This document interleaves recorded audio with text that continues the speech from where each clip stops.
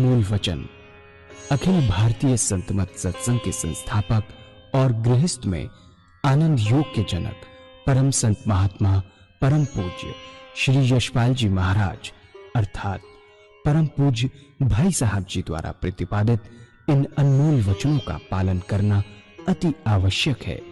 ये वचन हमारी गृहस्थ आध्यात्मिक साधना के लिए मूलभूत सिद्धांत हैं, जो इस प्रकार हैं। हम दुनिया की हर चीज की कीमत आंकते हैं, अपने मानव जीवन की कीमत भी जाने व परमात्मा की प्राप्ति हेतु साधना करें। मनुष्य योनि एक उपहार है, इसीलिए परमात्मा को धन्यवाद देते हुए आधा घंटा प्रातःकाल, आधा घंटा सायंकाल पूजा अवश्य करें। सत्संग, सतनाम व सद्गुरु को प्राथमिकता देते हुए इसी के आधार पर ध्यान योगाभ्यास अवश्य करें व गृहस्थ के कार्यों को परमात्मा का कार्य समझकर उसी की याद में संपन्न करें। हर समय ये ध्यान रहे कि गुरु कृपा द्वारा परमात्मा की पवित्र सत्ता का हमारी आत्मा में वास है, अतः मन में निरंतर अपने इष्ट देव का जाप करें। मान सम्मान की इच्छा ना करें व अपमान से दुखी ना हो। परमात्मा के अतिरिक्त किसी और का भय ना करें। दूसरों की बुराई न करें, न सुने, सत्य व मधुर बोलें, अश्लील शब्द मुंह से ना निकालें, सभी से नम्रतापूर्ण व सुंदर व्यवहार करें।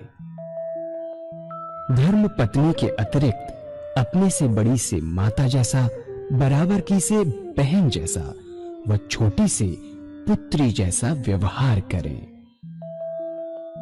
सांसारिक जीवन यापन की आवश्यकताएं अंतहीन है, इसलिए अधिक से अधिक समय सत्संग में व धन परोपकार में खर्च करें। याद रखें, न स्त्री माया है, न धन दौलत, न ही परिवार। माया वह है जो हृदय को परमात्मा से दूर हटा दे। अतः निरंतर सत्संग और सद्गुरु की शरण में रहने का प्रयास करें। भोजन अपने इष्ट को अर्पण कर प्रसाद रूप में परमात्मा की याद में करें। रात्रि में सोने से पहले अच्छे बुरे कार्यों का आत्मनिरीक्षण कर उसका समुचित पश्चाताप करते हुए ध्यान करें व प्रभु की गहरी याद में ही विश्राम करें। परमात्मा तू ही है, तेरी इच्छा पूर्ण हो।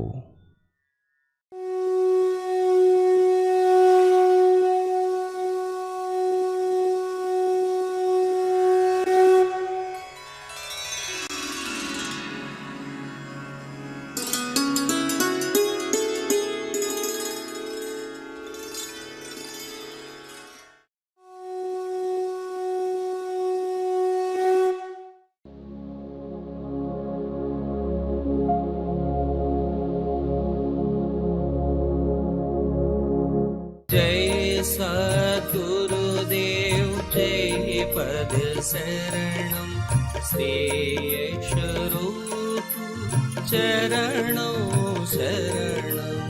जय सद्गुरुदेव जय पद शरणम श्रेयस।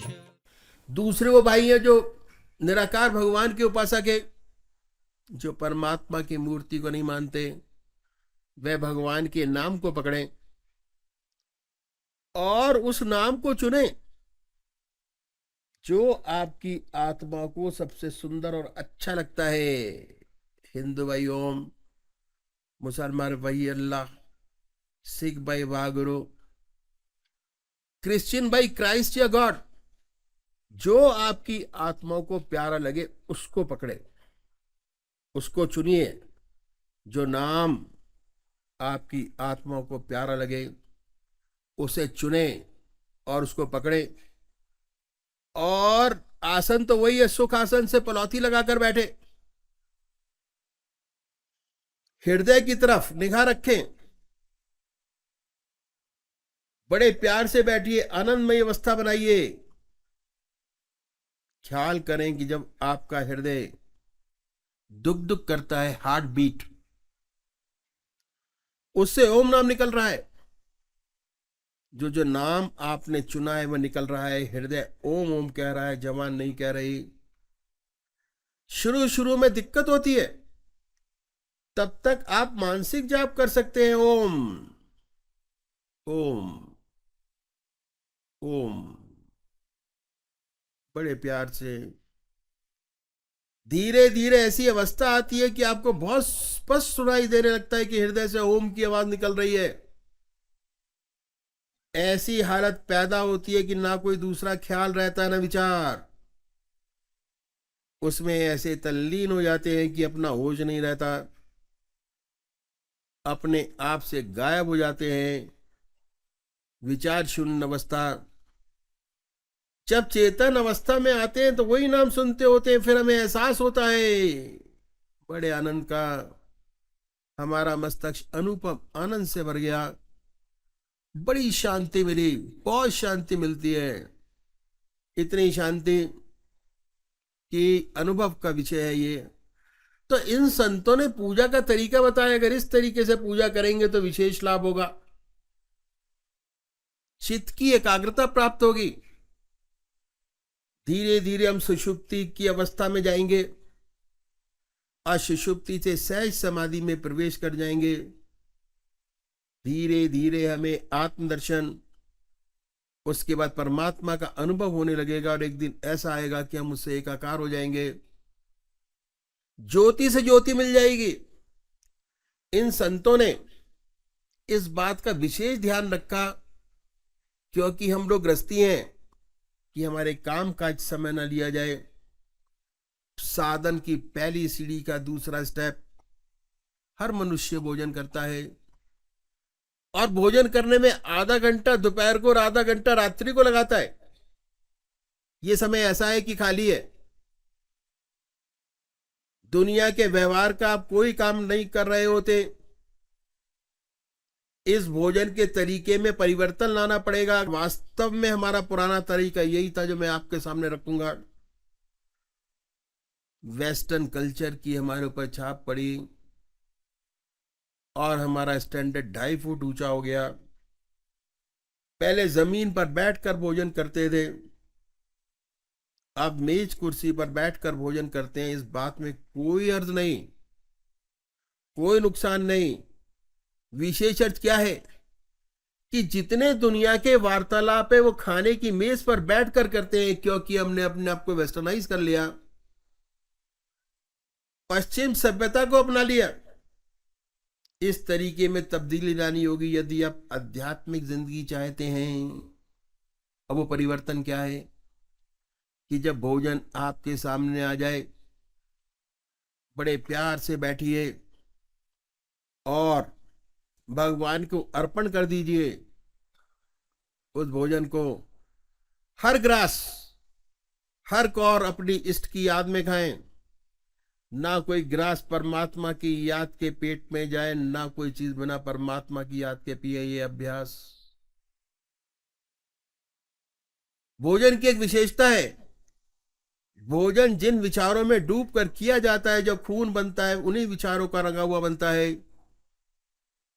अगर आप भोजन भगवान की याद में करेंगे तो दिन में जब भी आप खाली होंगे, ईश्वर की याद स्वतः ही आएगी भक्ति के लिए। जब तक हमारा खून नहीं बदल जाता, भक्ति नहीं आती। भगवान श्री कृष्ण ने गीता में साधक की दृष्टि से 4 विशेष बात बतलाई। पहली आहार की शुद्धि, दूसरी विहार की शुद्धि, तीसरा अभ्यास और चौथा वैराग। यह है आहार की शुद्धि जो हमें करनी है। इन संतों ने बहुत आसान तरीका बताया कैसे सहूलियत से हो जाए। यदि इस तरीके से भोजन करेंगे, जब खून बनेगा वह परमात्मा की याद में रंगा हुआ बनेगा। जब भी आप खाली होंगे, ईश्वर की याद स्वतः ही आएगी, दूसरी तब मन नहीं जाएगा, क्योंकि आप भोजन परमात्मा की याद में डूब कर रहे हैं।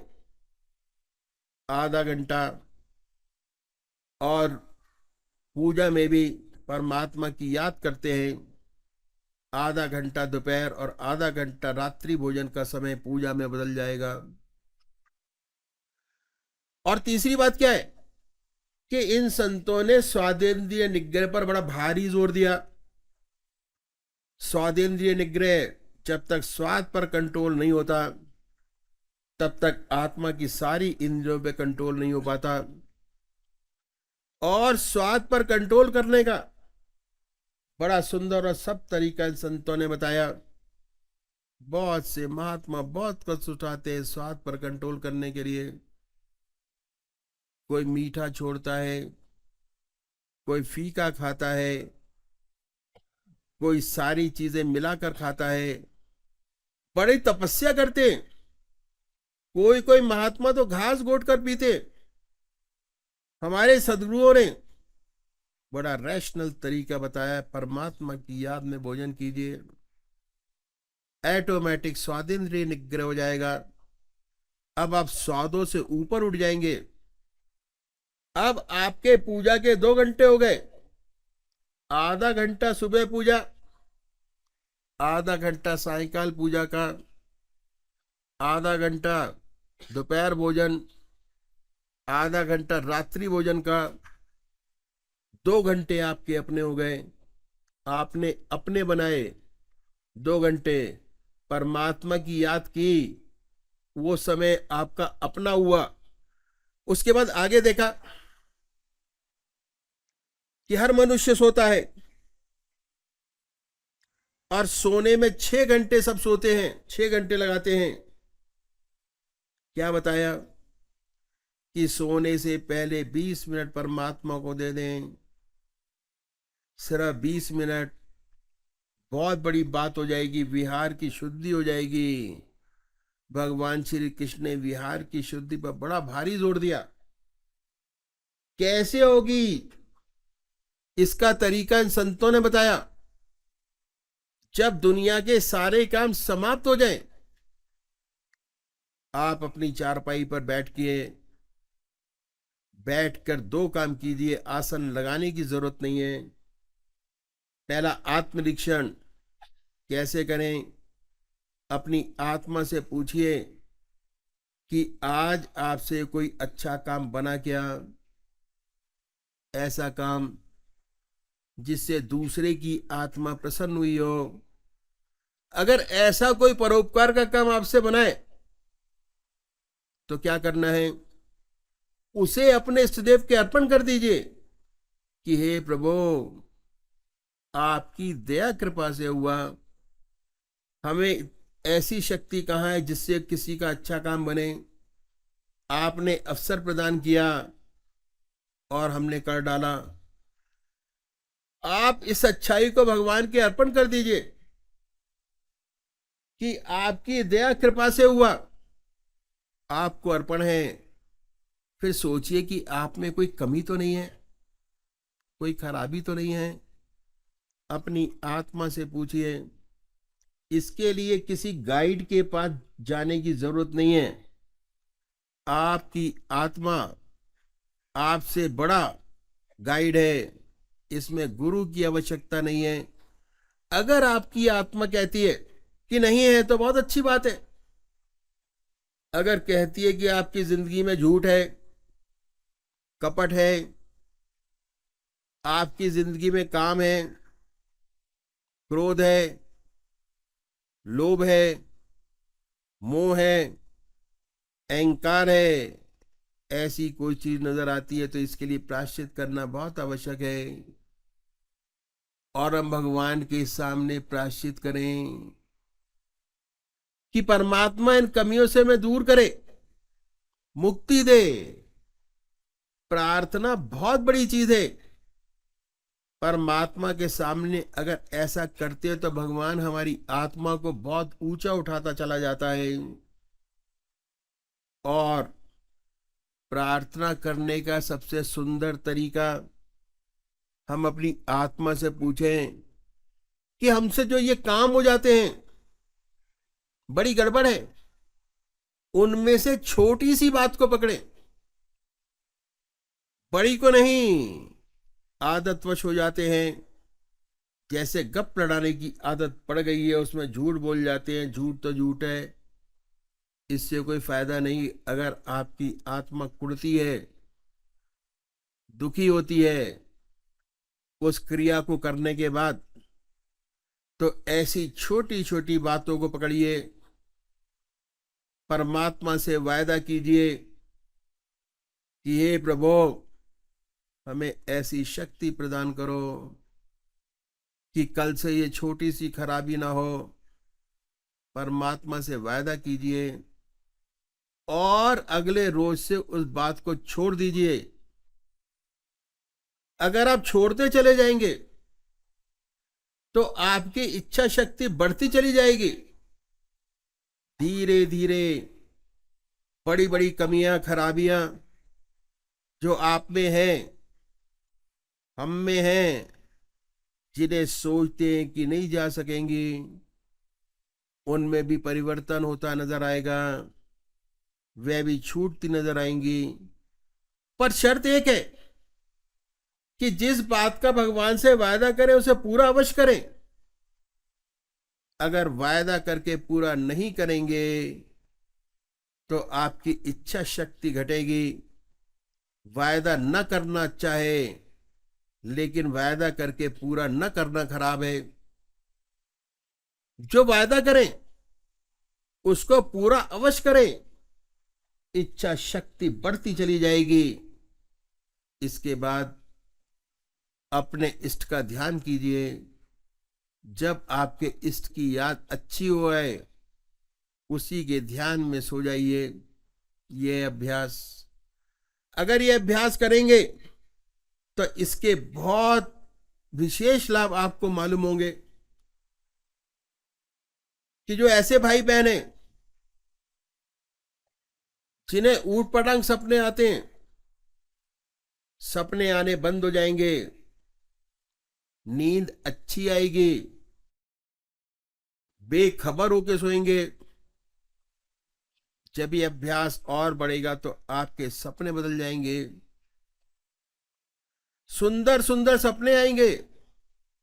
देखेंगे कि आप पूजा कर रहे हैं, कभी कभी देखेंगे कि आप अपने इष्ट देव के मंदिर में बैठे हैं, पूजा कर रहे हैं।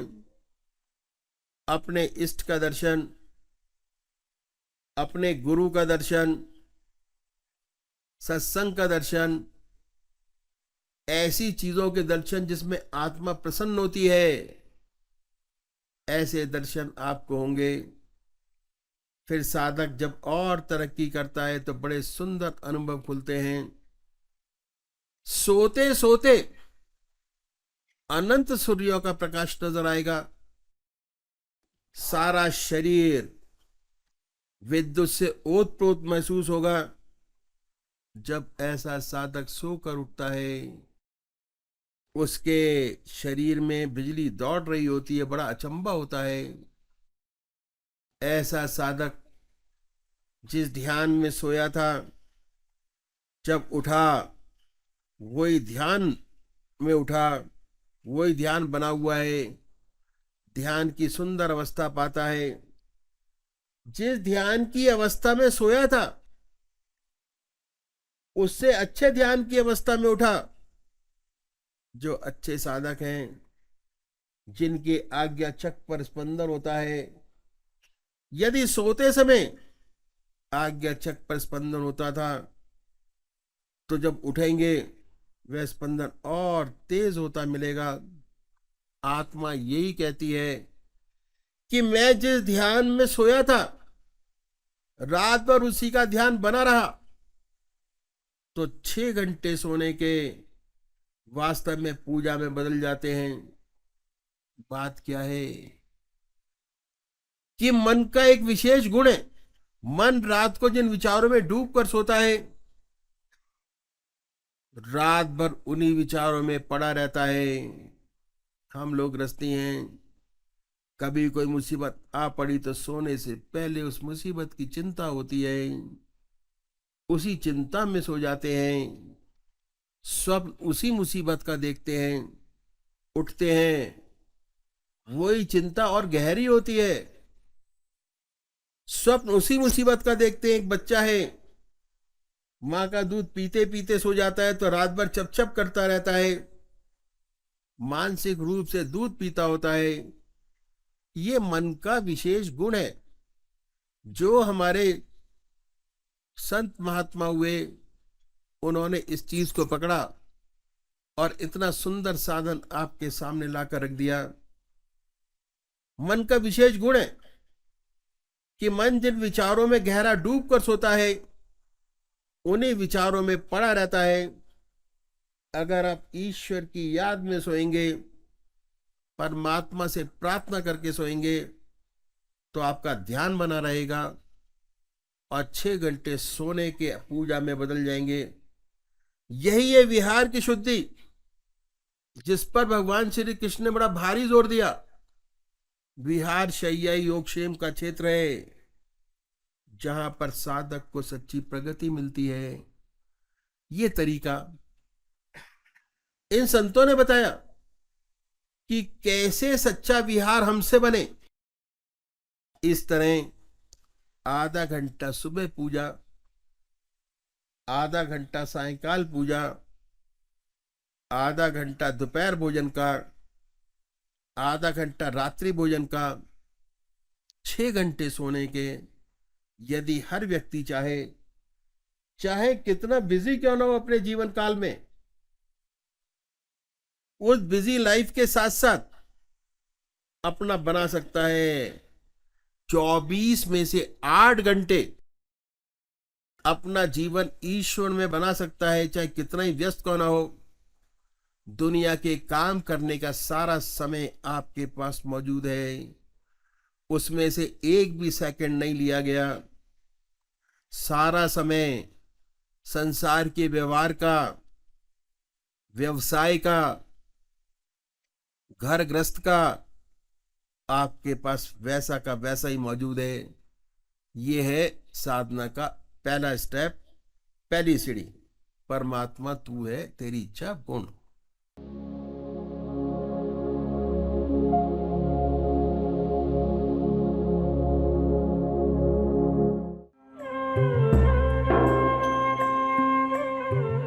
ध्यान योग के कार्यक्रम आनंद योग से निशुल्क जुड़ने के लिए संपर्क करें 9810239677।